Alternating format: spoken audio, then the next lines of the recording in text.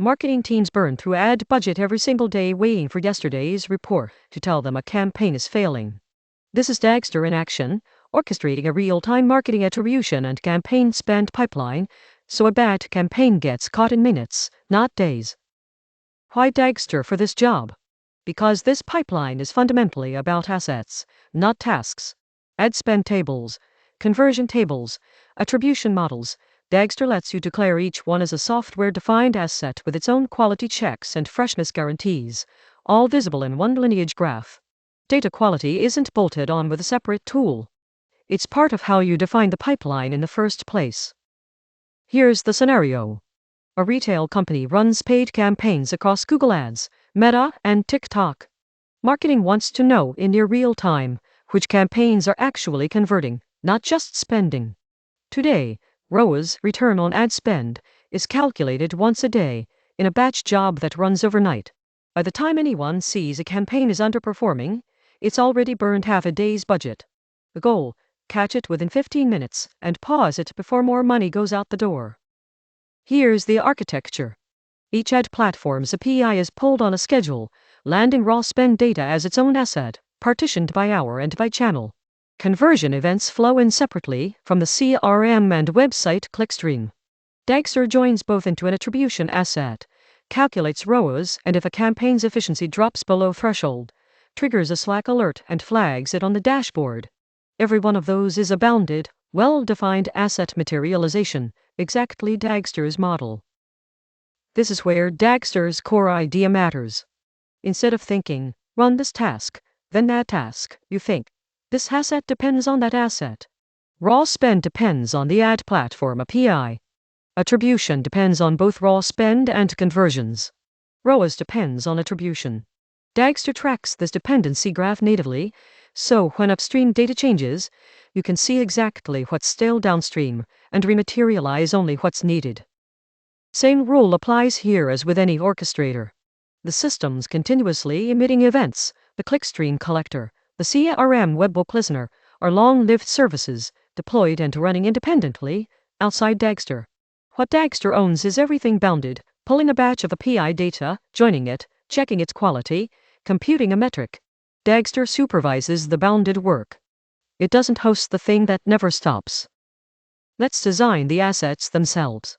First, raw spend assets, one per ad platform, partitioned by hour.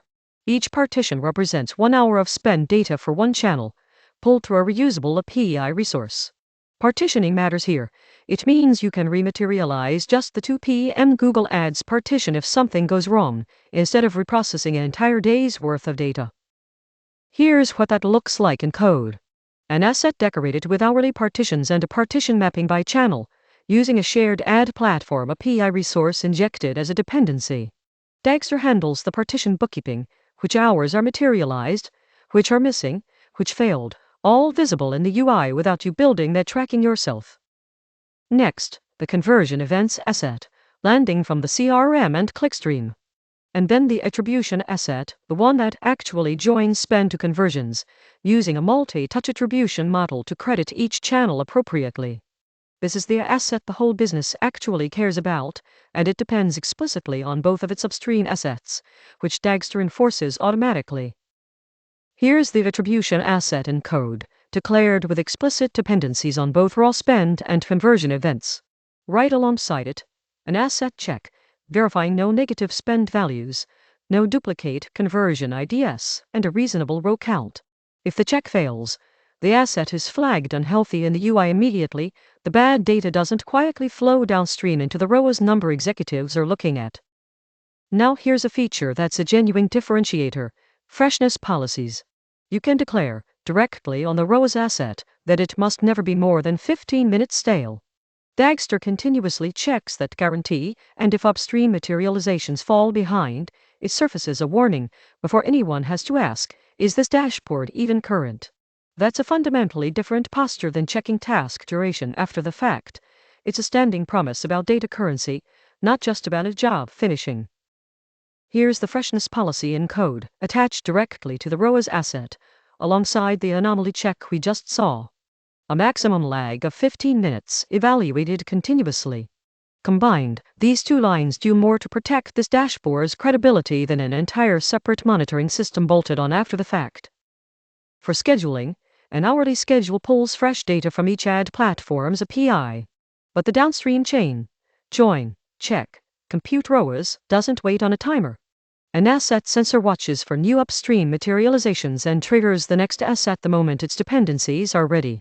Event-driven, not time-driven, which means ROAS updates as soon as the data allows, not on a fixed clock. Dagster's own UI gives you the full asset graph, every asset, its freshness status, its last successful check, all in one lineage view. No hunting through logs to figure out which upstream table broke a downstream number. When a freshness policy is violated or a check fails, a Slack alert goes straight to the marketing ops channel, so a stale ROAS number gets caught before a media buyer makes a decision on it. The business impact here is direct. A campaign that used to burn budget for a full day before anyone noticed it underperforming now gets flagged within 15 minutes. Multiply that across dozens of campaigns and multiple channels, and the wasted spend adds up fast. This pipeline is directly protecting marketing budget, not just producing a nicer dashboard. A few pitfalls to avoid. Don't set a freshness policy tighter than your slowest upstream API can actually support, that just creates permanent, unhelpful alerts. Don't skip asset checks to move faster. That's exactly how bad data reaches an executive dashboard. And don't over-partition. Hourly is usually enough for marketing spend. Per minute partitions multiply bookkeeping without adding real business value. So here's the takeaway. Real-time marketing attribution isn't about a faster script. It's about explicit assets, explicit dependencies, explicit freshness guarantees, and quality checks that stop bad data before it reaches a decision maker.